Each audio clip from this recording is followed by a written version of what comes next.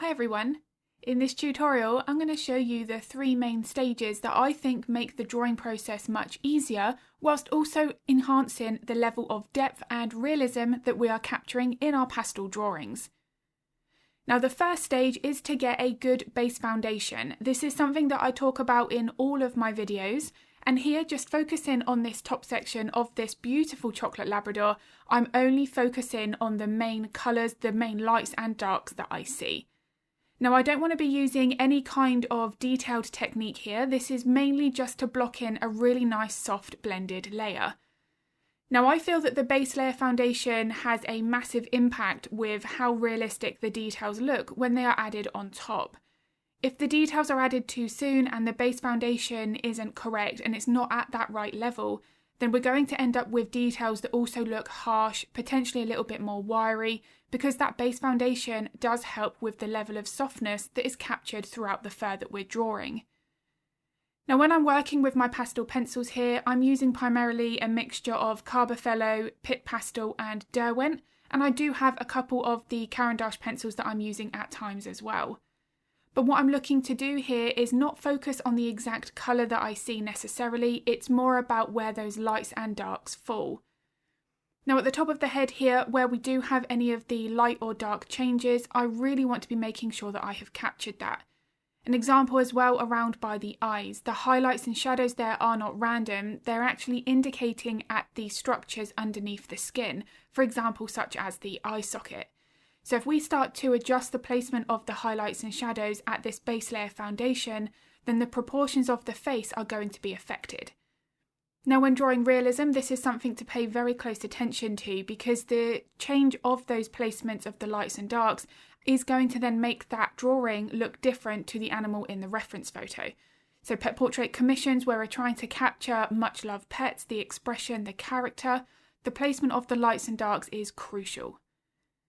Now for my second layer here, this is still what I would class as a base foundation, and I'm using now my darker pencils and my lighter pencils to hint at more of those accurate placements. Now I'm not necessarily trying to get my base layer here as dark as what I can see in my reference photo. When drawing brown fur, adding in the darker colours is something that needs to be done at the right stage. Now this is going to vary depending on the reference photo that we are working from. But if I work with the black at my base foundation, where I do have my lighter browns on top, that's going to give me much more of a muddy look to that fur. It can happen very quickly when working with browns, oranges or yellows. Now I will have a video here on YouTube showing the entire dog portrait from start to finish, so that will be uploaded in the next couple of weeks, and there I'll go into more depth on how to use your black pencils when darkening fur colours like this. Now I've briefly mentioned here that I'm not focusing on the exact colour as such, but when I am using my pastel pencils, I am focusing on whether or not that colour is a warm or a cool colour in the reference photo. Now this is something that I go in depth thoroughly in my real-time tutorials, which if you're interested in any of those, they are linked in the description below. Now whether a colour is a warm or a cool colour is just going to be simplified. I don't make it complex at all. It's going to be simplified as to whether or not that brown looks like it contains more of a warmer, redder tone, or whether or not it is cooler with a little bit more of a purple tint. Now depending on the lighting in the reference photo, those colours in that brown fur may vary, but I want to be making sure that if there is any subtle change that I capture that. An example here on the top of the head, there is a lot more of those yellower ochre type colours, more of the warmer browns. But on the left side, just to the left of the eye, where the ear joins onto the side of the face, I've actually used a purple pencil there. That lighter lilac has just hinted at a slight cooler tint on the very edges of those highlights.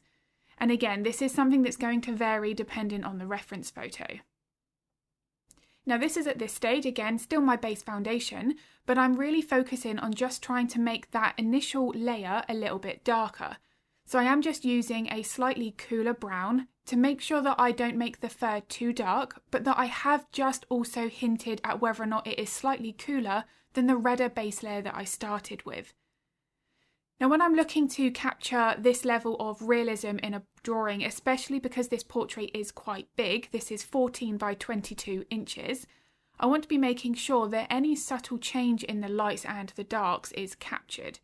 So again here, I'm coming back in with that same pencil and doing a third layer where I'm starting to hint a little bit more at those darker shadings in between more of the fur that clumps together. And again, you can see that I'm always looking to blend this layer. I don't want there to be any harsh start and stop points. Once I've got that mid-tone base foundation in place where I have hinted at my darker values, I can come in now with my lighter shades. This is a Derwent, this is the burnt ochre pencil, and I'm working here with my layers of subtlety.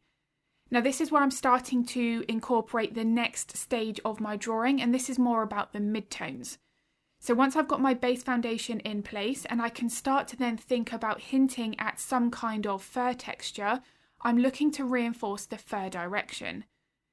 Now my biggest tip at this stage is don't jump into your brightest highlights too soon, because that's going to really affect the amount of depth that can be captured.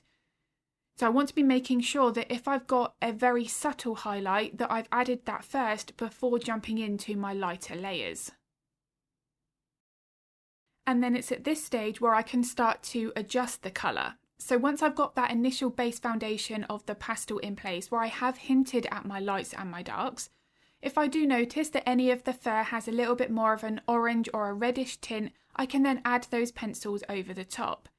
Again, with this burnt ochre colour, if I notice that there is a little bit more of a lighter yellow tint somewhere, then I can adjust that colour now where I've got my darker base foundation established.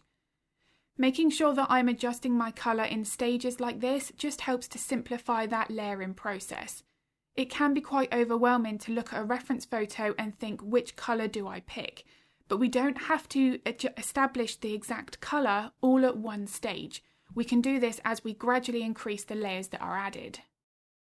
Now I like to work in smaller sections. I find that it makes the drawing process less overwhelming. I find it far more motivational as well, because if I decided to leave the drawing process at this stage, it's already looking realistic and like that dog in the photograph.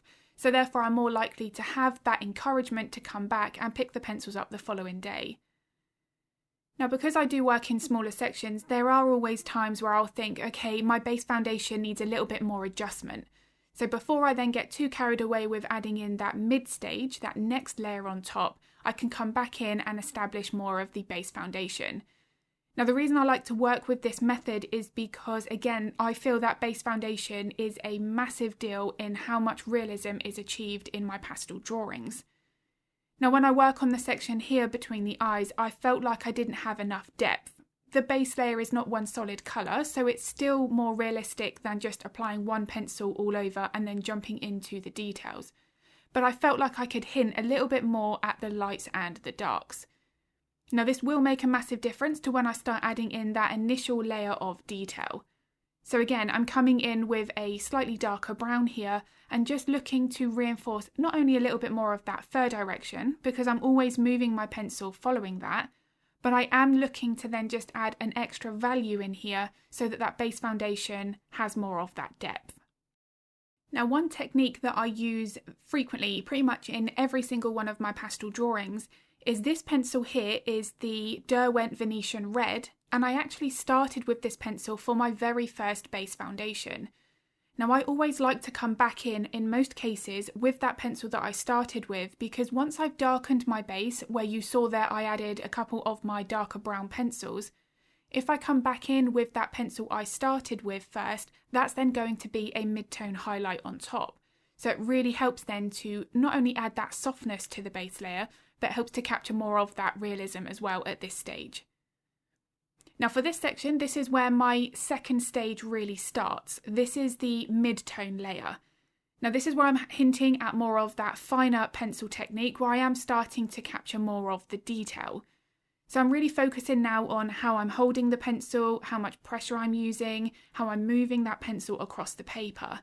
I want to be making sure where possible that I'm using lighter pressure to keep my pencil strokes nice and fine.